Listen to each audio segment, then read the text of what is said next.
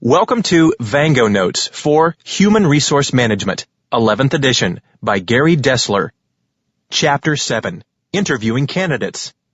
Section 1, Big Ideas. Have you ever blurted out an answer to an interview question and then wished you could take it back? If so, you're certainly not alone. In fact, CareerBuilder.com recently conducted a survey of more than 400 hiring managers, asking them to share the most memorable blunders that caused them to reject a particular candidate. Gaffes in job interviews score high on the list. For example, one manager reported that a job candidate asked him to speed up the interview because he had a lunch date. Another said an applicant told him the only reason he was there was that his mother wanted him to get a job, and he was 37 years old. And believe it or not, one candidate didn't wear shoes to the interview. Yet, despite all the possible flaws, the selection interview still remains perhaps the most important screening tool. Let's try to discover why. An interview is a procedure designed to obtain information from a person through oral responses to oral inquiries. Specifically, a selection interview is a selection procedure designed to predict future job performance on the basis of applicants' oral responses to oral inquiries. We can classify selection interviews according to how structured they are, their content, or the types of questions they contain, and how the firm administers the interviews. Let's look at these. First, selection interviews can be either structured or unstructured. The unstructured or non-directive interview generally follows no set format. This lack of structure allows the interviewer to ask follow-up questions and pursue points of interest as they develop. As a result, interviewees for the same job may or may not be asked the same or similar questions. A few questions might be specified in advance, but they're usually not, and there is seldom a formal guide for scoring answers. This type of interview is actually little more than a general conversation. On the other hand, in structured or directive interviews, the questions and acceptable responses are specified in advance, and the responses are often rated for appropriateness. So all interviewees will be asked the same or similar questions. For example, in some beauty pageants, contestants are placed in a soundproof booth, while other contestants are all asked the same question. Structured and non-structured interviews each have pros and cons. In structured interviews, all interviewers ask all applicants the same questions, which makes these interviews more reliable and valid. Structured interviews can also help those who may be less comfortable doing interviews to conduct better ones. Standardizing the administration of the interview also increases consistency across candidates, enhances job relatedness, reduces overall bias, and may enhance the employer's ability to withstand legal challenge. On the other hand, structured interviews don't always provide enough flexibility for the interviewer to pursue a unique line of questioning geared specifically for each candidate. Besides structure, we can also classify interviews based on the content or the types of questions they contain. For example, in a situational interview, you ask the candidate what his behavior would be in a given situation. You might ask a supervisory candidate how he would act in response to a subordinate coming to work late 3 days in a row. Often, the best interviews are both structured and situational. In a structured situational interview, you might evaluate the applicant on, say, his choice between letting the persistently late subordinate off with a warning and suspending the subordinate for a week. In addition to focusing on present or future situations, interviews can also look at past behaviors. Behavioral interviews ask interviewees to describe how they've reacted to actual situations in the past. Situational questions start with phrases such as, suppose you were faced with the following situation. What would you do? Behavioral questions instead ask, can you think of a time when? What did you do? Behavioral and situational interviews can both produce a lot of tension because they ask interviewees to reflect on past behaviors or to predict future behaviors. Another option is to let the interview focus on job-related content. In a job-related interview, the interviewer tries to deduce what the applicant's on-the-job performance will be based on her answers to questions about relative past experiences. The questions here don't revolve around hypothetical or actual situations or scenarios. Instead, the interviewer asks specific job-related questions, such as, which courses did you like best in business school? The purpose is to draw conclusions about the candidate's ability to handle particular aspects of the job to be filled. For instance, an applicant who has taken a human resource management course should have applicable human resource management job knowledge.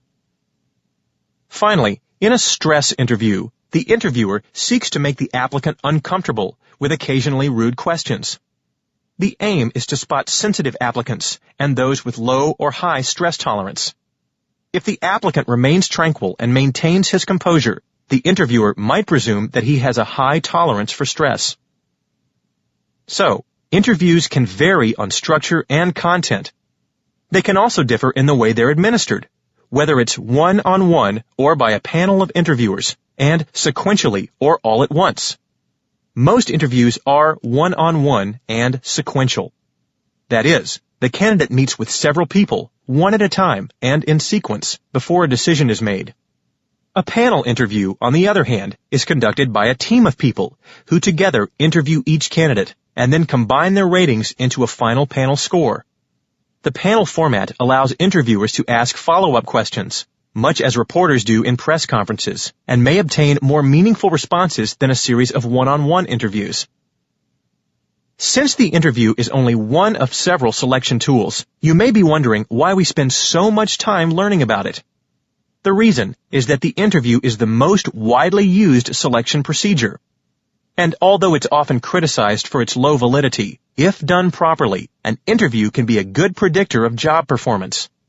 So, while not all employers use tests or even reference checks, it would be highly unusual for a manager not to interview someone before hiring him. That makes interviewing an indispensable management tool.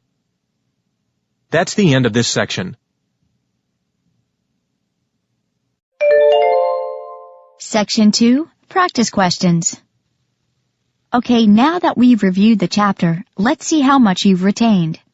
I'll give you a series of multiple choice, true, false, and essay questions to think about. After a few seconds for each, I'll give you the correct answer and an explanation. Let's start with multiple choice. Ready? Question 1. Managers use several types of interviews in the work setting, including selection interviews, appraisal interviews, and A, exit interviews, or B, orientation interviews. The answer is A. When an employee leaves a firm for any reason, managers often conduct an exit interview aimed at obtaining information that might give the employer some insight into what's right or wrong about the firm. Question 2. To ask more consistent and job-relevant interview questions, you can base queries on actual job duties and A, use subjective criteria to evaluate the interviewee's responses, or B, use multiple interviewers. The answer is B. Using multiple interviewers can reduce bias by diminishing the importance of one interviewer's personal opinions and by bringing in more points of view. Question 3. We can classify interviews according to content, structure, and A, method of administration, or B, questioning technique. The answer is A, method of administration. Interviews can be administered either one-on-one or by a panel of interviewers, sequentially or all at once, and computerized or in person. Question 4. Clever interviewees can manage the impression they present by using ingratiation tactics and A, objectionary tactics, or B, self-promotion tactics. The answer is B. Interviewees can use self-promotion tactics by making complimentary comments about their own accomplishments. Okay, let's try a few true-false questions. Question 5. Structured interviews are more valid than unstructured interviews for predicting job performance. True or false? The answer is true. Structured interviews are more valid because they are more reliable, asking all interviewees the same questions. Question 6. First impressions are especially damaging when the prior information about the candidate is positive. True or false? The answer is false. Prior negative information is much more damaging than prior positive information. Question 7. Interviewers often let an applicant's attractiveness and gender distort their assessments. True or false? The answer is true. For example, people usually attribute more favorable traits and more successful life outcomes to attractive people. Question 8. Most interviews unearth the best candidate because the interviewer is usually well prepared and well trained. True or false? The answer is false. In fact, most interviews fail to find the best candidate because the interviewer is unprepared or overconfident or just plain lazy. How are you doing so far? Ready for some short essay questions? Okay, here's the first of 2. Question 9. What factors may undermine an interview's usefulness? Several factors may undermine an interview's usefulness, including first impressions, misunderstanding of the job, candidate order, pressure to hire, personal characteristics, and interview behavior. Last one, question 10. What is the procedure for creating a structured situational interview? The procedure for creating a structured situational interview includes analyzing the job, rating the job's main duties, creating interview questions, creating benchmark answers, and appointing the interview panel and conducting the interview. That's the end of this section. Section 3, Key Terms. Okay, now we'll review some of the chapter's key terms. I'll give you the term and pause a few seconds while you mentally define it, and then I'll come back and state the definition. Ready? Question 1. What is an unstructured interview? An unstructured interview is a conversational-style interview in which the interviewer pursues points of interest as they come up in response to questions. Few, if any, questions are prepared in advance. Question 2. What is a situational interview? A situational interview is a series of job-related questions that focus on how the candidate would behave in a given situation. Question 3. Define behavioral interviews. Behavioral interviews include a series of job-related questions that focus on how the candidate has reacted to actual situations in the past. Question 4. What is a job-related interview? A job-related interview is a series of job-related questions that focus on relevant past job-related behaviors. Question 5. What is a stress interview? In a stress interview, the applicant is made uncomfortable by a series of often rude questions. Question 6. What is an unstructured sequential interview? An unstructured sequential interview is one in which each interviewer forms an independent opinion after asking different questions. Question 7. What is a panel interview? In a panel interview, a group of interviewers questions the applicant. Question 8. What is a mass interview? A mass interview is one in which a panel of interviewers interviews several candidates simultaneously. Question 9. Define candidate order error. Candidate order error is an error of judgment the interviewer makes based on interviewing one or more very good or very bad candidates just before the interview in question. Last one. Question 10. What is an appraisal interview? An appraisal interview is a discussion following a performance appraisal in which a supervisor and employee discuss the employee's rating and possible remedial actions. Well done! That's the end of this section. Section 4, Rapid Review. Are you ready for the exam? Let's see. In this section, I'll give you a question and pause for just a few seconds before giving you the answer. Ready? Question 1. What is an interview?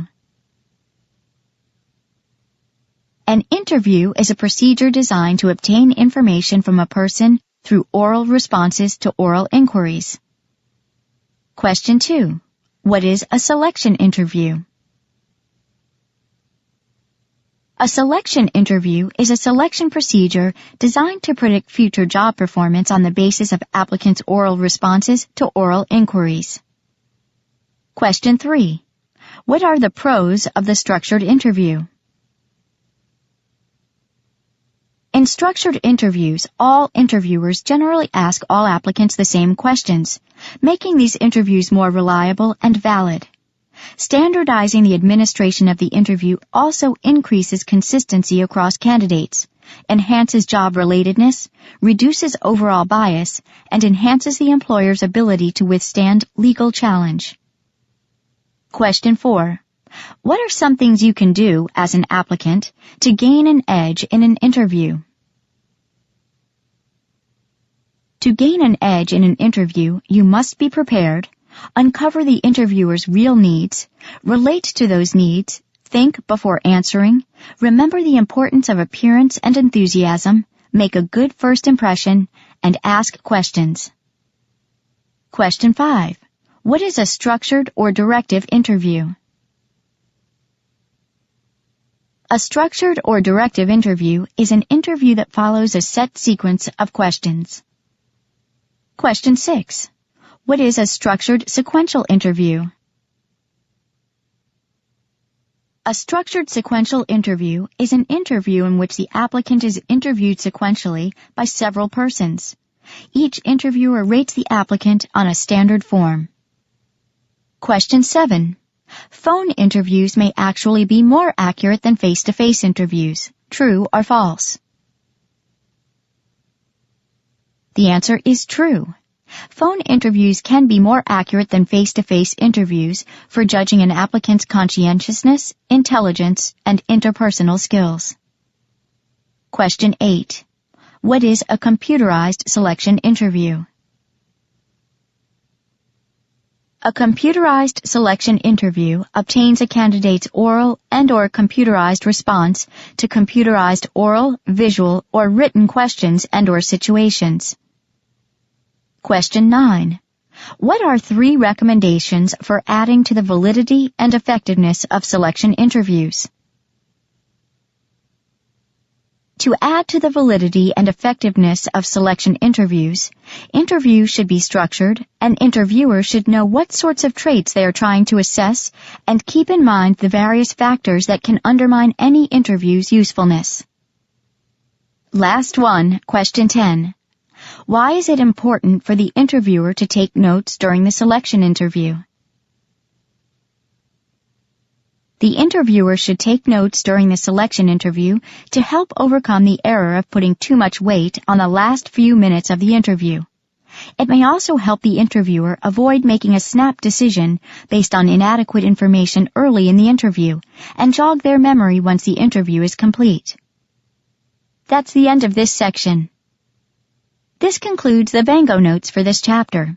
We hope you found this audio review helpful. Be sure to check out other Vango notes for textbooks published by Pearson Education. Audible hopes you have enjoyed